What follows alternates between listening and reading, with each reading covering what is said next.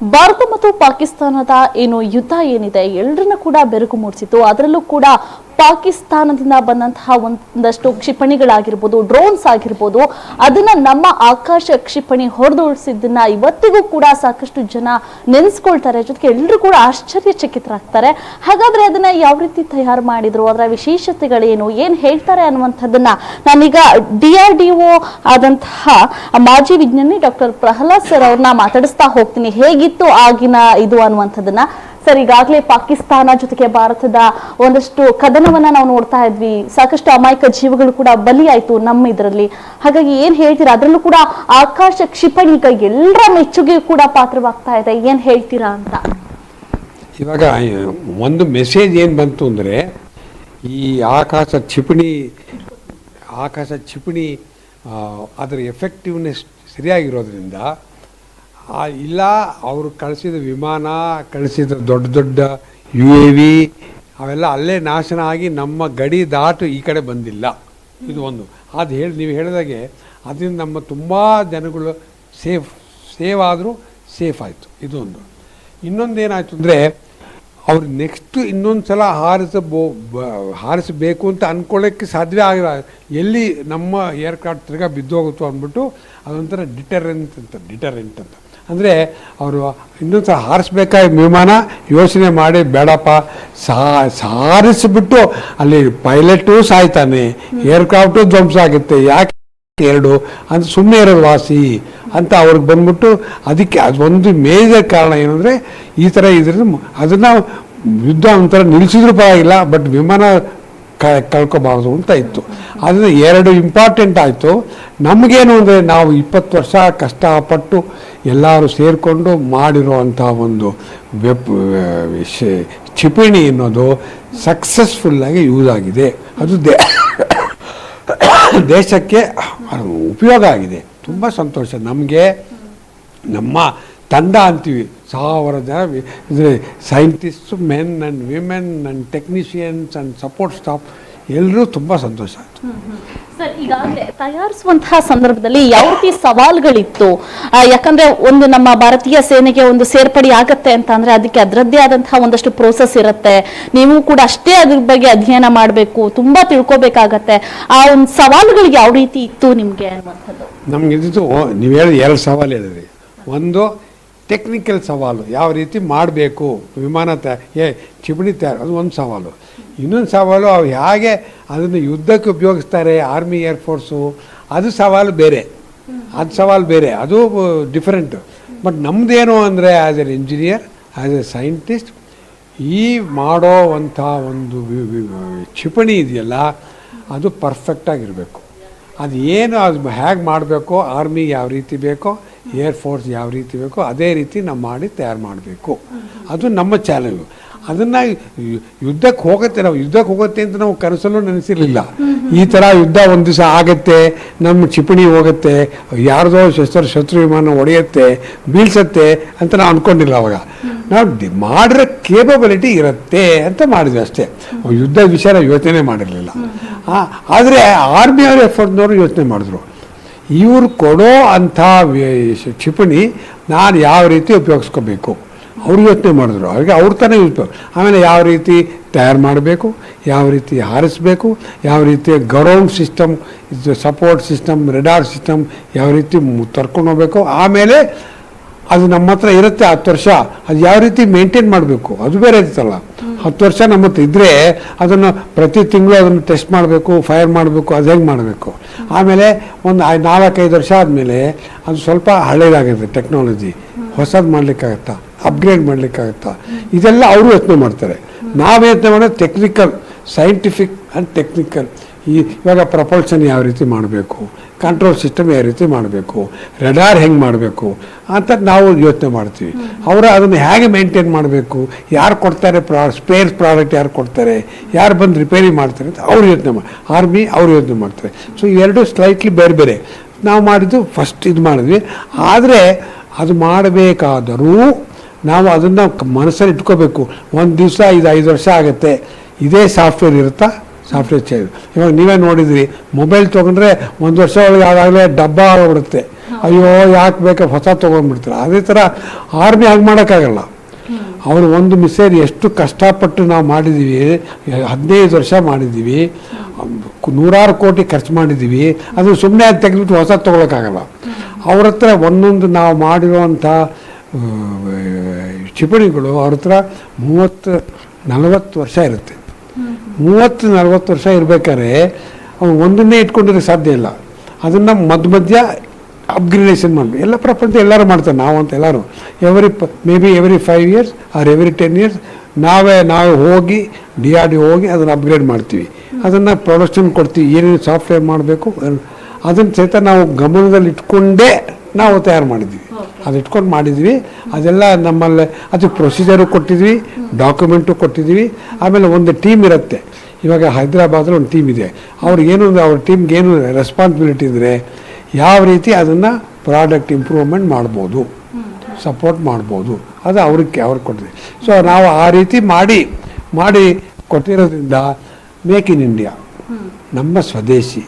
ಆಮೇಲೆ ಆತ್ಮನಿರ್ಭರತ, ಯಾರ್ದು ಮುಲಾಜಿಲ್ಲ, ನಮ್ಮದೇ ವೆಪನ್ನು ನಾವೇ ಯಾವ ರೀತಿ ಬೇಕೋ ಅದೇ ರೀತಿ ಮಾಡ್ಕೊಂಡಿದ್ದೀವಿ. ಹೇಗೆ ಬೇಕೋ ಆರ್ಮಿ ಹೆಂಗೆ ಬೇಕೋ ಹಂಗೆ ಮಾಡಿದ್ವಿ, ಏರ್ಫೋರ್ಸ್ ಹೆಂಗೆ ಮಾಡಬೇಕು ಹಂಗೆ ಮಾಡಿದ್ವಿ. ಆ ರೀತಿ ಪರ್ಫೆಕ್ಟಾಗಿ ಮಾಡ್ಕೊಂಡಿದ್ವಿ. ಅವ್ರು ಏನೋ ಪ್ರಾಬ್ಲಮ್ ಇದ್ದರೆ ನಾವಿದ್ದೀವಿ, ಚೇಂಜ್ ಮಾಡ್ಕೊಡ್ಬೇಕಾ ಚೇಂಜ್ ಮಾಡ್ಕೊಂಡು, ಏನೋ ಫೈನ್ ಟ್ಯೂನ್ ಮಾಡಬೇಕಾ ಫೈನ್ ಟ್ಯೂನ್ ಮಾಡ್ತೀವಿ. ಆ ಥರ ಮಾಡೋದ್ರಿಂದ ಇದು ಒಂದು ಹಾರಿಸೋದು. ಇನ್ನೊಂದು ನಮ್ಮ ಜೊತೆ ಇರುತ್ತೆ, ನಮ್ಮ ಹತ್ರ 20-30 ವರ್ಷ ನಮ್ಮ ಜೊತೆ. ಆದ್ದರಿಂದ ಅದು ನಮ್ಮದೇ. ಅವ್ರಿಗೆ ನಿಮಗೆ ಗೊತ್ತಿಲ್ಲ, ನಿಮಗೆ ಆರ್ಮಿ ಅವ್ರಿಗೆ, ಏರ್ಫೋರ್ಸ್ನವ್ರಿಗೆ ಇದು ನಿಮ್ಮದು ಅಂತ ಕೊಟ್ಟರೆ ಅದನ್ನು ಮಕ್ಕಳ ಥರ ನೋಡ್ಕೋತಾರೆ. ಆರ್ಮಿಯವರು ಅವ್ರ ಟ್ಯಾಂಕ್, ಅವರ ಮಿಸೈಲ್, ಅವರ ರಾಕೆಟ್, ಅವರ ಗನ್ನು, ಅವ್ರ ಜೀವನ ಕೊಡ್ತೇವೆ. ಜೀವ ಅಲ್ಲ ಅವ್ರಿಗೆ. ಇದಿಲ್ಲದೆ ನಾನು ಸತ್ತೋಗ್ತೀನಿ, ನನ್ನ ಜೀವ. ಅದರಿಂದ ಆ ವೆಪನ್ನವರು ತುಂಬ ಕೇರ್ಫುಲ್ಲಾಗಿ ನೋಡ್ಕೋತಾರೆ. ಅದನ್ನು ಕ್ಲೀನಾಗಿ ಇಟ್ಕೊಂಡು ಮೇಂಟೈನ್ ಮಾಡಿಕೊಂಡು ಏನು ಮಾಡ್ಕೊಂಡಿರ್ತಾರೆ. ಯಾಕೆಂದರೆ ಇದು ನಮ್ಮ ಜೀವನಾಳ ಅಂತ ಅವ್ರು ಇಟ್ಕೊಳ್ತಾರೆ. ಆದ್ದರಿಂದ ಅವರು ತುಂಬ ಕೇರ್ಫುಲ್. ಅವ್ರಿಗೆ ಅದೇ ಥರ ಕೊಡ್ಬೇಕು, ನಾವು ಅದೇ ಥರ ಮಾಡ್ಕೊಂಡು ನೋಡಬೇಕು. ಅವರು ಅದಕ್ಕೇ ಯುದ್ಧ ಮಾಡ್ಬೇಕಾದ್ರೆ ಅವ್ರಿಗೆ ಎಷ್ಟು ಗರ್ವ ಇರುತ್ತೆ ಅಂದರೆ, ನಾನು ಆರಿಸಿದ ಮಿಸೈಲು ಯಾವ ಏರ್ಕ್ರಾಫ್ಟ್ ಹಿಂದೂ ಇರಬಾರ್ದು, ಧ್ವಂಸ ಮಾಡೇ ನಾನು ಆ ಥರ ಅವ್ರಿಗೂ ಒಂದು ಡಿಸಿಷನ್ ಇರುತ್ತೆ. ನಾವು ಅದೇ ರೀತಿ ಮಾಡಿಕೊಟ್ಟಿದ್ವಿ. ಆದ್ದರಿಂದ ಟೋಟಲ್ ಸಕ್ಸಸ್ ಆಗಿದೆ. ಓಕೆ ಸರ್, ಈಗಾಗಲೇ ನಾನು ಕೇಳ್ಪಟ್ಟಂಗೆ ನೀವು ಅಲ್ಲಿ ವರ್ಕ್ ಮಾಡುವಂತಹ ಸಂದರ್ಭದಲ್ಲಿ ಡಾಕ್ಟರ್ ಅಬ್ದುಲ್ ಕಲಾಂ ಅವರು ಕೂಡ ನಿಮ್ಗೊಂದಷ್ಟು ಸಜೆಷನ್ಗಳನ್ನ ಕೊಟ್ಟಿದ್ರು ಅನ್ನುವಂಥದ್ದು. ಏನು ಹೇಳಿದ್ರು, ಯಾವ ರೀತಿ ಸಜೆಷನ್ಗಳನ್ನ ಕೊಟ್ಟಿದ್ರು ಸರ್? ಅವ್ರು ಹೇಳಿದ್ದು ಒಂದೇ, ನೋಡಪ್ಪ, ಈ ಮಿಸೈಲ್ ಮಾಡ್ತಿದ್ವಿ, Akash missile. Akash missile is your boss, I am not your boss. Don't tell Akash missile boss. You make your boss happy means you have to make missile happy. Make everything perfect, hardware, software, everything should be perfect. That is your job. So your entire team is working for Akash. So we should be proud to say I belong to Akash team. That is technically, mentally, emotionally, spiritually, I am committed to make Akash successful. That is what he taught us. He didn't tell us how to do control system design. He says your Akash system is your baby. You are mentally, physically, intellectually, technically, you have to make it perfect. That's what he said. He did not say how to calculate this, use this equation. ಏನು ಕೊಡಿಲ್ಲ ಅವರು. ಈಗ ಮಾಡು, ನಿನಗೇನು support ಬೇಕಾ ನಾವು ಕೊಡ್ತೀನಿ. You want to get more scientists, I will recruit and give you. You want 10 more, I will give 10 more. You want money, I will give money. You want to buy equipment from somewhere, Indian or American or French, I will buy. You make your missile perfect. ಆ ರೀತಿ ಕೊಟ್ಟು support ಕೊಟ್ಟರು. ಆಮೇಲೆ ನಾವು meeting ಮಾಡ್ತೀವಿ, ಪ್ರತಿ ತಿಂಗಳು ಒಂದು ಮೀಟಿಂಗ್ ಮಾಡ್ತಿದ್ವಿ, ಪ್ರಾಜೆಕ್ಟ್ ಮ್ಯಾನೇಜ್ಮೆಂಟ್ ಬೋರ್ಡ್ ಅಂದ್ಬಿಟ್ಟು. ಆ ಬೋರ್ಡಲ್ಲಿ ನಾನೇ ಚೇರ್ಮನ್ನು, ಎಲ್ಲ ಇರ್ತಾರೆ. ಆದರೆ ಕಲಾಂ ಬರೋರು ಒಂದು ಸ್ವಲ್ಪ ಬಂದು ಕೂತ್ಕೊಳ್ಳೋರು, ಹೆಂಗೆ ಮಾಡ್ತಾ ಇದ್ದಾನೆ ಇವನು, ಕರೆಕ್ಟಾಗಿ ಮಾಡ್ತಾ ಇದ್ದಾನ ಅಂದ್ಬಿಟ್ಟು ಒಂಥರ ಅವ್ರದ್ದು ಇವ್ಯಾಲ್ಯೂಯೇಷನ್ನು. ಪ್ರೊಫೆಸರ್ ಥರ ಬಂದು ಕೂತ್ಕೊಳ್ಳೋರು, ಕ್ವೈಟಾಗಿ ಕೂತ್ಕೊಳ್ಳೋರು. ಏನೋ ಯು ಕಂಡಕ್ಟ್ ದಿ ಮೀಟಿಂಗ್ ಎಲ್ಲ ಒಂದು ಕಡೆ ಕೂತ್ಕೊಳ್ಳೋರು, ನೋಡ್ರಿ ಹೆಂಗೆ ಮಾಡ್ತಾ ಇದ್ದಾನೆ, ಅವ್ರಿಗೆ ಬೇರೆ ಸೈಂಟಿಸ್ಟ್ ಯಾವ ರೀತಿ ರಿಯಾಕ್ಟ್ ಮಾಡ್ತಾರೆ, ಇವನು ಯಾವ ರೀತಿ ಅವರಿಗೆ ಅಡ್ವೈಸ್ ಮಾಡ್ತಾನೆ. He will watch your performance as a project director, whether doing correctly, and how the members of the team, how are they behaving ಎಲ್ಲ ನೋಡಿಕೊಂಡು ಅರ್ಧ ಗಂಟೆ ಮುಕ್ಕಾಲು ಗಂಟೆ ಕೂತ್ಕೊಳ್ಳೋ ಅಷ್ಟೇ ಅವರು. ಫುಲ್ ನಾವು ನಮ್ಮ ಬೋರ್ಡ್ ಮೀಟಿಂಗು 10ರಿಂದ 1 ತನಕ 3-4 ಗಂಟೆ ಆಗೋದು. ಅವ್ರು 3-4 ಗಂಟೆ ಕೂತ್ಕೊಳ್ಳೋದು. ಏನಾರು ಅಕಸ್ಮಾತ್ ನಾವು ಸರಿ ದಾರಿ ಹೋಗದೆ ಇದ್ದರೆ ಹೇಳ್ತಾರೆ, ನೋಡಪ್ಪ ಈ ಥರ ಮಾಡಿ ನೀವು you do this better than what you think ಅಂತ ಹೇಳೋರು. Otherwise you will watch us and lead us to success. So that is his capability to bring us together, find a solution is unique ಅವರು. ಆ ಥರನ ಯಾರೂ ನೋಡಿಲ್ಲ. Okay sir, ಈಗ ಕೊನೆಯದಾಗಿ ಇದೇ ರೀತಿಯಾದಂತಹ ಇನ್ನು ಮುಂದಕ್ಕೂ ಕೂಡ ಯುದ್ಧಗಳಾಗುವಂತಹ ಸಂದರ್ಭದಲ್ಲಿ ಇದೇ ತರ ಸಾಕಷ್ಟು ಜನ ಅನ್ಕೊಳ್ತಿರ್ತಾರೆ, ನಾವು ಕೂಡ ವಿಜ್ಞಾನಿ ಆಗಬೇಕು, ಇದೇ ತರ ಆಕಾಶ ಕ್ಷಿಪಣಿ ಆಗಿರ್ಬೋದು ಅಥವಾ ಇನ್ನು ವಿಭಿನ್ನ ರೀತಿಯಾದಂತಹ ಕ್ಷಿಪಣಿಗಳನ್ನ ತಯಾರಿಸಬೇಕು ಅಂತ ಸಾಕಷ್ಟು ಯುವಕರು ಅನ್ಕೊಳ್ತಾ ಇರ್ತಾರೆ, ಯುವ ವಿಜ್ಞಾನಿಗಳು. ಅಂಥವ್ರಿಗೆ ಏನು ಸಜೆಷನ್ ಕೊಡ್ತೀರಾ, ಏನು ಹೇಗೆ ಅಂತ? ಇವಾಗ ಏನಾಗಿದೆ ನಾನು ನೋಡ್ತಿದ್ದೀನಿ, ತುಂಬ ಸೈಂಟಿಸ್ಟ್ ಇಂಜಿನಿಯರ್ ನಾನು ಇಂಟರ್ವ್ಯೂ ಮಾಡಿದ್ದೀನಿ, ಇಂಟ್ರ್ಯಾಕ್ಟ್ ಮಾಡಿದ್ದೀನಿ, ಅಟ್ಲೀಸ್ಟ್ 1,000 ಜನ ನೋಡಿದ್ದೀನಿ. ನನ್ನ ಈ ಬೇರೆ ಬೇರೆ ಕೆಲಸಕ್ಕೆ ನೋಡಿದ್ದೀನಿ. ಅವರಿಗೆ ಏನಾಗಿದೆ ಅಂದರೆ the foundation in the school and in up to PUC 1 and 2, the foundation in science is very weak.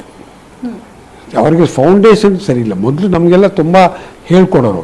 ಇವಾಗ ಟೀಚರ್ ವೆರಿ ಬ್ಯುಸಿ, ಅವರು ಏನು ಎಕ್ಸಾಮ್ ಅಂತೆ, ಇನ್ಸ್ಪೆಕ್ಷನ್ ಅಂತೆ, ಅದಂತೆ ಇದಂತೆ, and the children are not having strong foundation.